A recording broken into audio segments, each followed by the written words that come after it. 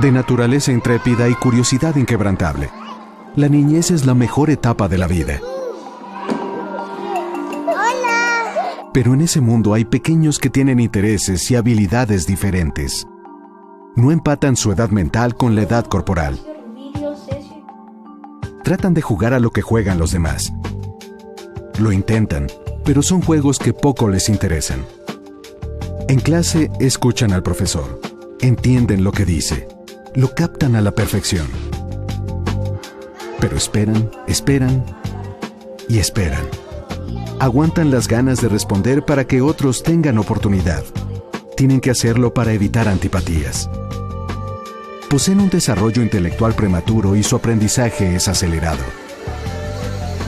Un genio habita en estas cabecitas, en un mundo que no los entiende. Son niños sobredotados.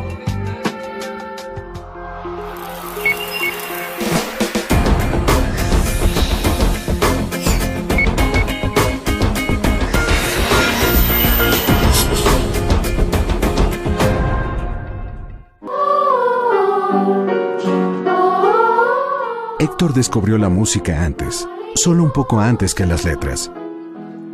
Una variación de Estrellita. La primera pieza así bien que toqué. ¿Esto a los cuántos años fue? A los 3 y medio. Después del violín, antes de cumplir los 5 años, se dio cuenta de su gusto por el teclado. La información musical le entraba por el oído. Escuchaba la melodía y sin conocer la partitura, la tocaba. El cerebro tiene estos dos hemisferios y las personas más inteligentes son aquellas que logran equilibrar ambos hemisferios. Es decir, que no nada más desarrollan la parte lógico-matemática, sino que también desarrollan la parte espacial, intuitiva. Entonces, es muy interesante ver que si el niño, por ejemplo, viene sabiendo piano, generalmente sale más alto en su coeficiente intelectual porque tiene la parte de lectura de la partitura, pero también tiene la parte motriz. Entonces sale mucho mejor que el que no toca un instrumento, por ejemplo. Héctor pertenece a un reducido grupo de niños que asisten 2 días a la semana a la Escuela Nacional de Música. Vengo aquí a tocar violín y a 2 talleres especiales que son coro y iniciación musical. Iniciación musical consiste en las figuras y los ritmos de las notas en sí, lectura de notas y bueno, un montón de cosas. Es muy disciplinado, yo lo he visto en clase, muy ordenado y tiene facilidad, ¿no? Mucha facilidad, entonces es de los que a la primera pueden resolver las cosas. En la educación formal, el pequeño cursa el 4º año de primaria, donde entró sabiendo leer. Y la manera de leer que yo le enseñé fue por imágenes primero. Y yo me di cuenta que aprendía bastante rápido el armar o el reconocer ya palabras que no sabía leer, que no sabía que leer por sílabas, pero sí ya sabía identificar qué significaba esa palabra. Y conforme fue pasando el tiempo, eso fue muy, muy bueno porque al final de cuentas hizo ya estructuras cuando en la escuela apenas estaban empezando con las sílabas.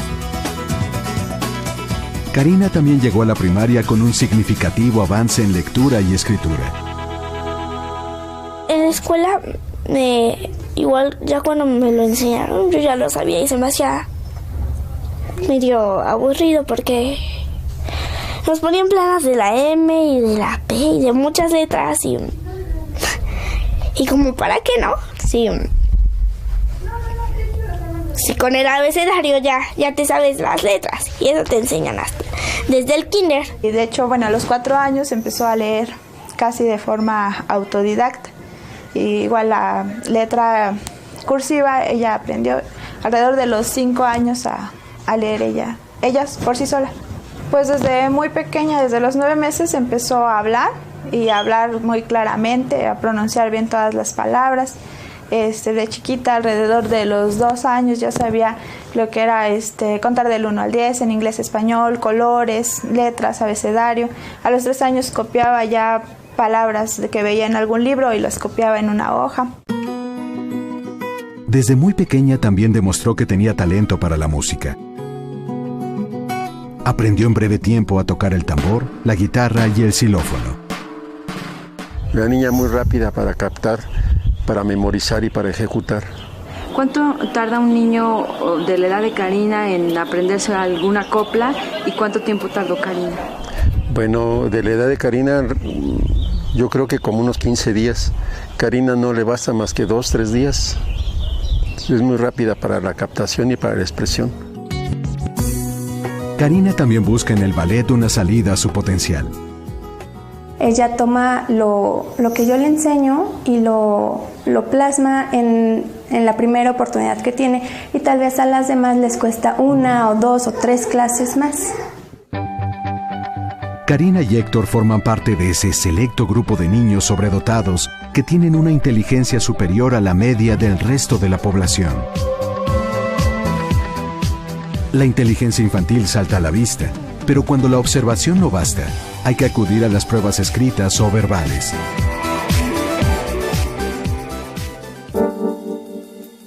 Un test arrojará los datos para conocer el grado de comprensión verbal y de razonamiento perceptivo del niño, su capacidad intelectual y qué tan rápido es para procesar la información. Así se obtiene el coeficiente intelectual. Pero, ¿qué es y cómo se mide el coeficiente intelectual, también llamado IQ? Es una medida de inteligencia relativa que se obtiene a través de diferentes pruebas. Cuanto más alto sea el resultado, mayor será la habilidad para razonar. Se hace a través de pruebas psicológicas, son test, ¿sí?, que ya están establecidos. Nosotros utilizamos las escalas que se están llevando a cabo a nivel internacional precisamente para detectar y evaluar a los niños con sobrecapacidad. Un psicólogo es quien aplica las pruebas a los infantes a partir de los 2 años de edad. Si en el test una persona alcanza entre 0 y 70 puntos, significa que puede tener alguna deficiencia mental.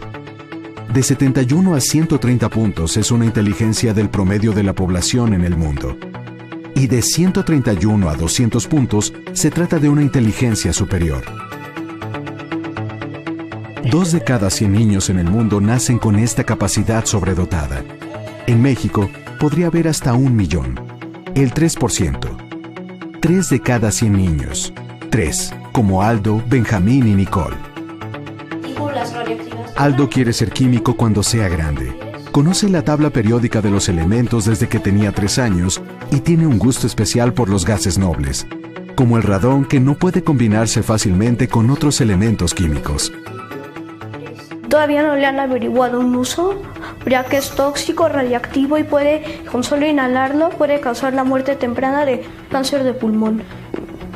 Es un elemento muy peligroso. ¿Por qué te gusta tanto? Me gusta mucho su forma, es un elemento gaseoso, aunque sea de los gases nobles, es radiactivo. Benjamín se inclina por la tecnología, el diseño, la construcción y la operación de robots. En robótica ahora estamos armando un circuito que sería como una alarma, que en poco tiempo le vamos a poner unas llantitas. Le vamos a construir una alarma, pero también tenemos un sensor de luz. Y la pequeña Nicole se divierte con el diseño de ciudades. Oye, ¿tienes muñecas? No. ¿No te gustan mucho las muñecas? ¿Qué es lo que más tienes en tu cuarto de juguetes? De juguetes, mis Legos. Carbono, nitrógeno, oxígeno. Ellos son niños genio. Niños con un cerebro sobredotado. La corteza cerebral en un niño promedio alcanza el máximo grosor antes de cumplir 10 años. La de los niños sobredotados después de la primera década de vida, pero continúa engrosando hasta los 13 años. Incluso la posibilidad de interconexión de sus neuronas es mayor.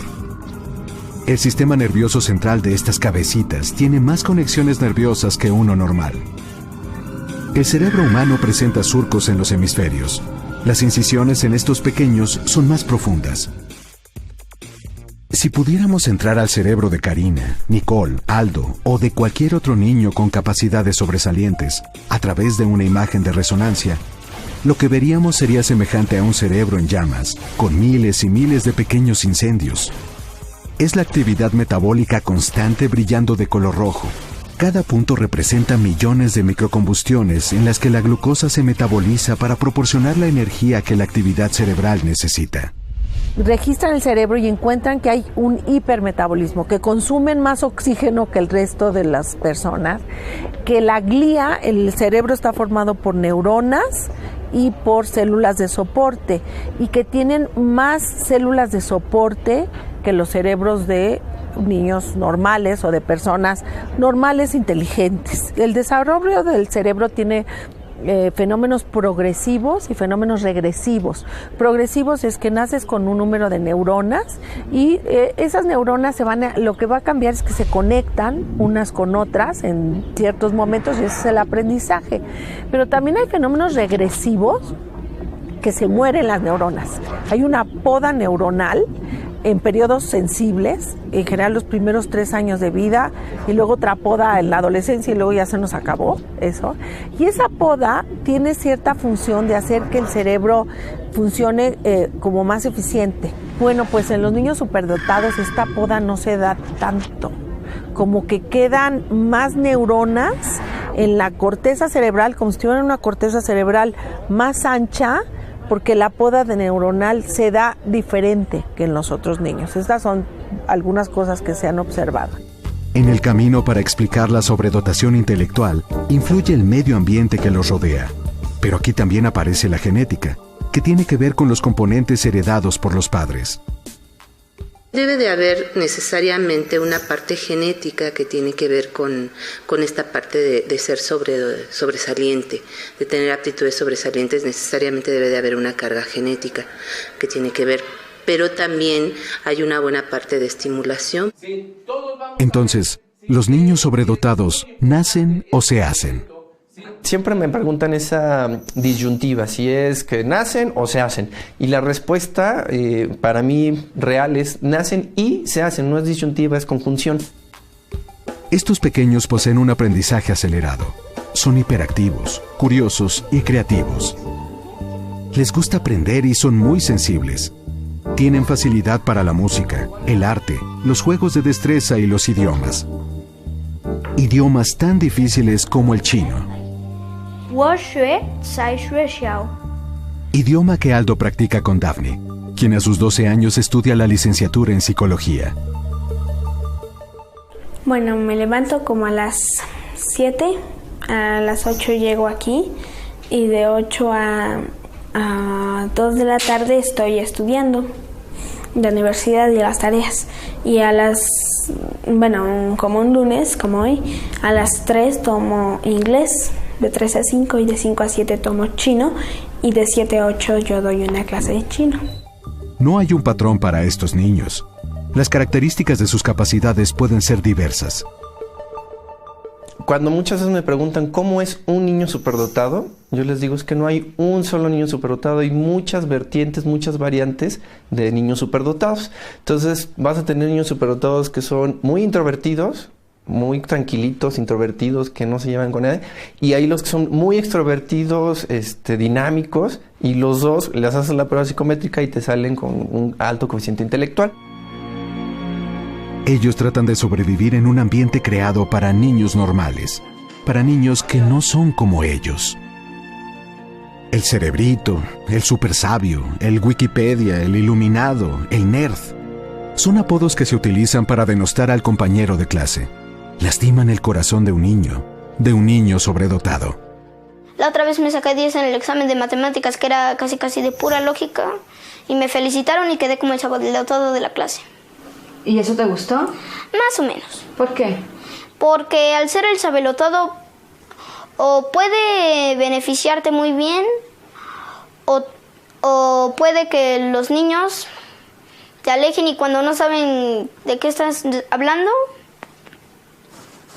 El principal problema de un niño con aptitudes sobresalientes puede ser la cuestión emocional y la falta de relación con sus compañeros, con sus iguales. No se relaciona mucho con los demás. Entonces la parte de la socialización, la parte emocional, el sentirse diferente al otro, esa parte sí también es una de las partes más complejas del ser un alumno con aptitudes sobresalientes. La falta de empatía se transforma en agresión, en hostigamiento escolar. Lo sufre el 80% de los niños sobredotados. Porque me meten al bote de basura, me molestan mucho. Ahí fue cuando empezó a padecer más de que ahí te sientes mucho, te crees mucho porque sabes mucho, y lo agredían mucho en ese sentido. O sea, él se sentía muy agredido por esa parte. Entonces sí llegó un momento en que me dijo, yo ya no quiero ir. Los que no desisten del colegio van a las aulas y experimentan otra antipatía, la que no solo viene de la banca de al lado. Triste, pero también los maestros. Los alumnos me preocupaban, pero los maestros sí. Si yo levantaba la mano para responder algo, no me hacían caso. Si yo decía algo, todos murmuraban que estaba mal. Así, bueno, la mayoría sí, no me sentía como muy querido.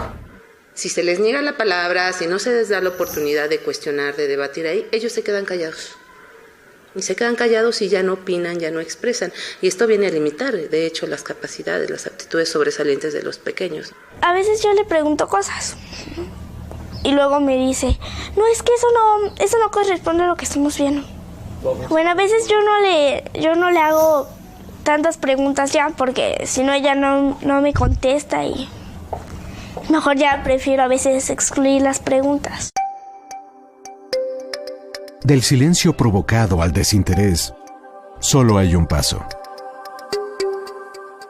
La Miss para que haga que aprendan todos los demás, mis amigos, lo que estamos aprendiendo, lo repite y lo repite y lo repite. Y entonces se me hace un poco aburrido. Porque para mí está muy fácil, pero no sé para los demás. Para mis compañeros a veces está un poco difícil. Es igual de injusto hacer que un niño sobredotado vaya a la velocidad de una persona de inteligencia promedio, o hacer que la población promedio vaya a la velocidad de un sobredotado. Entonces cada quien tiene diferentes velocidades de aprendizaje y diferentes potenciales. Motivar el potencial de cada niño es tarea de titanes, solo para quienes están dispuestos al asombro. Las leyes de los signos son menos por menos, más. Y es positivo.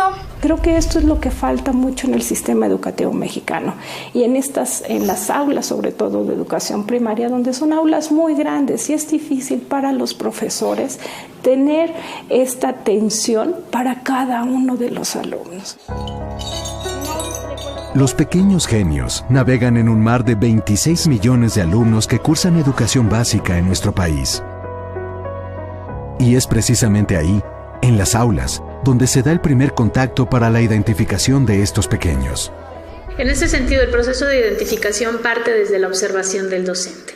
Es el docente quien empieza a identificar que hay alumnos o que tiene niños dentro de su salón de clase que cuentan o tienen habilidades más desarrolladas que el resto de sus demás alumnos. Desde que yo entré a su grupo y me tocó ver cómo presentaba un cuento, desde cómo lo elaboraba, pasaba al frente, lo expresaba, desde ahí se detecta que ese alumno, ese joven, sale o sobresale del resto de sus compañeros, ¿no? Por el tipo de vocabulario, por la expresión corporal, por la seguridad que tiene de plantarse al frente y sin temor alguno expresarse, ¿no? Entonces es algo fuera de lo común del resto del grupo. A pesar de la evidencia visual, la sobredotación es confundida con déficit de atención e hiperactividad. Finalmente son chicos muy inteligentes y que muchas veces la escuela no está adaptada al sistema o la forma de procesar la información que ellos tienen. Entonces, pues sí, muchas veces está el mal diagnóstico con trastorno de déficit de atención. Básicamente nos decían que tenían problemas para seguir las indicaciones, para estar tranquilo y, bueno, querían un niño bien portadito, ¿no? El mal diagnóstico amenaza su desarrollo. La causa que se pierde en el 95% de los niños sobredotados en nuestro país. El hecho de que sean mal diagnosticados y confundidos con enfermedades, entre las que está el TDAH, el autismo, el Asperger, entre otras enfermedades psicológicas o psiquiátricas. Esto fue lo que le sucedió a Ángel. Me llevó con el neuropediatra. El neuropediatra me diagnosticó con déficit de atención y estuve mucho tiempo bajo un tratamiento. Y el niño con déficit de atención no. Recordemos que le comenté que tienen problemas de lenguaje y que son torpes motrizmente. Y un niño con un coeficiente intelectual alto no va a ser torpe motrizmente, y al contrario, su bagaje de palabras va a ser muy alto, va a ser muy vasto. Características de Ángel, cuyo coeficiente intelectual es de 135 puntos. El menor estuvo medicado por más de un lustro. Sí, fue un cambio completamente radical, o sea, no, cuando lo empezamos a notar que cambió, digamos que radicalmente, a lo mejor no negativamente, pero se la pasaba dormido. Era como zombie, así, todo letargado todo el tiempo. Ángel suspendió el medicamento a tiempo. Tuvo suerte, porque contar con un diagnóstico temprano ayuda a potencializar la inteligencia precoz. La sobrecapacidad es un potencial, ¿sí? Si no se utiliza, pues obviamente como cualquier otra función de cualquier órgano del cuerpo humano, ¿sí? Se va a tender a una regresión, ¿sí? En el caso de la sobrecapacidad es regresar hacia lo que es la media. También es muy importante el medio ambiente. Tú puedes tener una semilla buenísima, pero si no la siembras, pues ahí se quedó la semilla. Está el potencial enorme, pero no está sembrado. La pregunta para cosechar estas mentes brillantes está latente.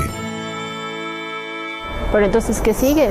O sea, es muy inteligente, pero ¿qué sigue para ayudarlo, para apoyarlo, para desarrollar esa inteligencia? Son preguntas que no tienen respuestas. Y mientras, los deseos, los anhelos y los sueños se enfrentan a una amarga realidad.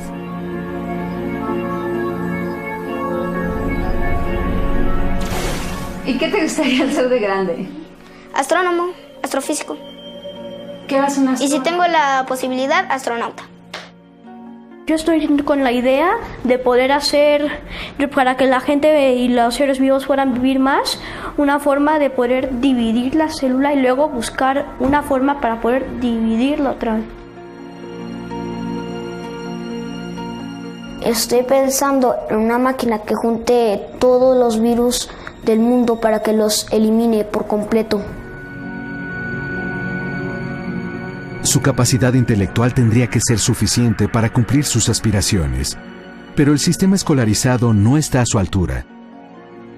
Y aquí nos hace falta mucho desarrollar la parte operativa, que tiene mucho que ver con la posibilidad de asistir a los maestros en la detección y también construir un andamiaje de instituciones externas que permitan la atención a estos alumnos.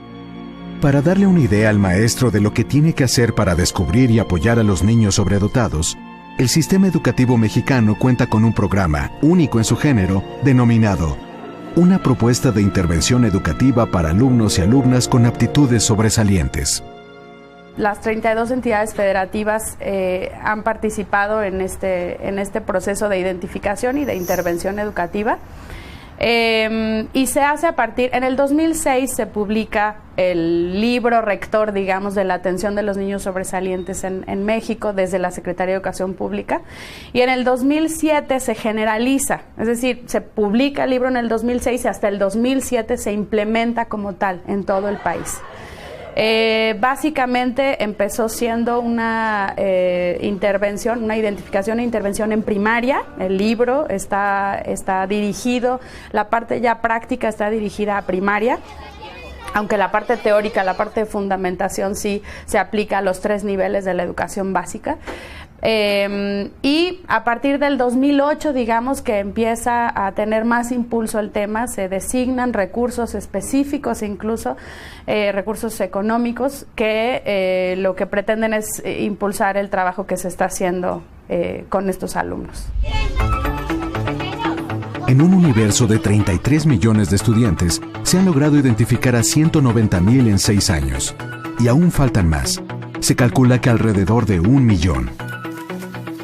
¿Por qué no se han identificado? Porque no se tiene el conocimiento, pues, como certero de quiénes son estos alumnos, ¿no? Entonces, es importantísimo que los maestros estén formados, estén preparados en saber quiénes son estos niños, qué necesidades tienen y cómo pueden atenderlos. La falta de habilidad para reconocerlos es un problema, pero es aún mayor la apatía de los docentes. Saben que hay y no lo quieren hacer, es como que una de las barreras con las que tenemos. No solamente es una barrera de conocimiento, sino también está la barrera de actitud, la barrera de práctica. Ya sé que está ahí, tengo las evidencias, lo he visto, pero simple y sencillamente pues no quiero hacer algo adicional o diferente para él, para darle respuesta. Pues bueno, como todavía estamos en este proceso de asesoría, de sensibilización a nivel educativo, pues realmente no hay una sanción específica por el hecho de no atenderlo, ¿no? Pues queda un sentimiento de mucha frustración porque realmente como sociedad estamos ahora sí que en pañales en esto. Es necesario dar un empujón a esto, entender que tenemos esos niños y entender que ahí el país tiene una reserva inmensa de talentos y que merecen ser atendidos. Es un trabajo que hay que desarrollar en las 32 entidades federativas. Es un trabajo que tiene que ver con mucha coordinación interinstitucional. Mientras tanto, el talento se desperdicia y deambula en busca de alguna puerta abierta. Yo fui la que anduve buscando escuelas privadas o de gobierno y no tenemos una estructura que pueda atender a este tipo de niños. Ese es el problema mayor que yo veo. Los que pueden, pagan en centros especializados para no desperdiciar el potencial de sus pequeños. Tratamos de que estos niños tengan una identificación con niños que son semejantes a ellos, o sea, niños que por un momento, pues probablemente porque se sientan un poco desfasados de los otros niños, pues obviamente llegan aquí y encuentran un entorno con niños que son similares a ellos. Entre más inteligente sea la población de la sociedad y entre más se aprovecha esta población de niños sobredotados, el país va a crecer económicamente más rápido. La clase no termina en la escuela. Hay que hacer la tarea. Todos, padres de familia, maestros, autoridades educativas, gobiernos y sociedad en general, tenemos la consigna de descubrir y apoyar estas mentes brillantes, cerebros en llamas, inteligencias superiores, fortalezas del conocimiento.